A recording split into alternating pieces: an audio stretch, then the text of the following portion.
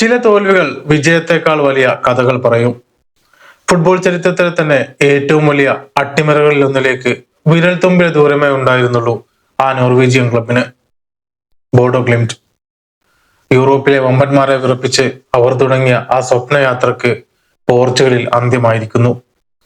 ആദ്യ പാദത്തിൽ 3 ഗോളിന്റെ ആധിപത്യം ഉണ്ടായിട്ടും സ്പോർട്ടിംഗ് ലിസ്ബൺ എന്ന വമ്പന്മാർക്ക് മുമ്പിൽ അവർക്ക് കാലിടറി.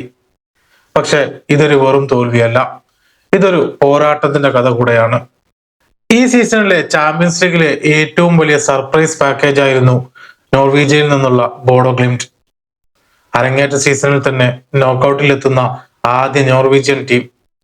കഴിഞ്ഞ വർഷത്തെ ഫൈനലിസ്റ്റുകളായ ഇന്റർ മിലാനെ പ്ലേ ഓഫിൽ തകർത്തുവിട്ടാണ് അവർ വരവറിയിച്ചത്. റീകാർട്ടിന്റെ ആദ്യ പാദത്തിൽ സ്പോർട്ടിംഗ് ലിസ്ബണിനെ 3-0 നാണം കെടുത്തിയപ്പോൾ ലോകം വിശ്വസിച്ചു, ഇതാ പുതിയൊരു രാജാവ് പിറന്നിരിക്കുന്നുവെന്ന്.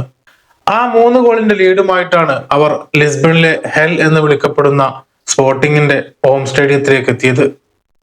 പക്ഷെ സ്വന്തം തട്ടകത്തിൽ സ്പോർട്ടിംഗ് ലിസ്ബൺ മറ്റൊരു രൂപത്തിലായിരുന്നു.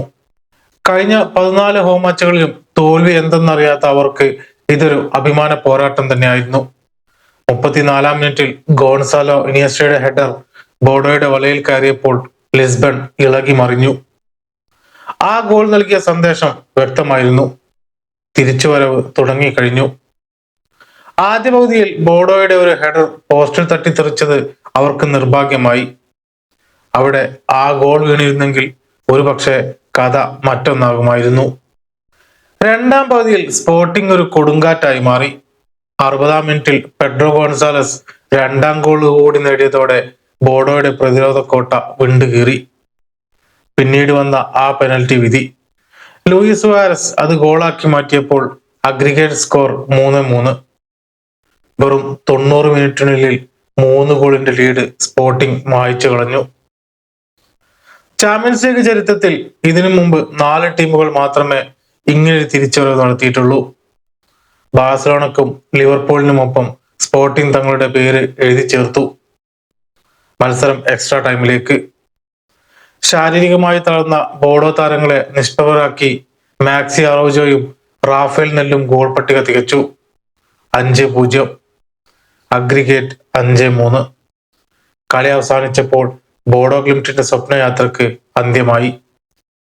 പല താരങ്ങളും മൈതാനത്ത് പൊട്ടിക്കരയുകയായിരുന്നു. പക്ഷെ അവർക്ക് അഭിമാനിക്കാം, കാരണം പണം വാരിയെറിയുന്ന വമ്പന്മാർക്കിടയിൽ ഒരു ചെറിയ ക്ലബ്ബ് എങ്ങനെ പോരാടണമെന്ന് അവർ ലോകത്തിന് കാണിച്ചു കൊടുത്തു.